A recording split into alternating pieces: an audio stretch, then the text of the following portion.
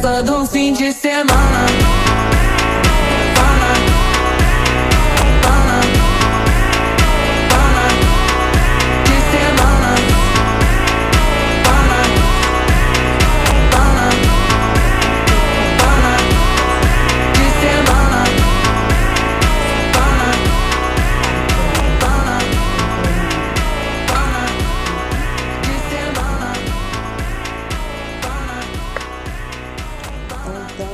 आपण मैदा घेतलेला त्याच्यामध्ये आता हे आपण मिक्सरला लावलेलं अंडी आणि हे सगळं मिश्रण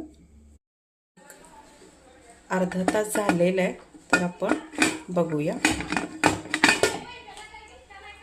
हे बघा केक छान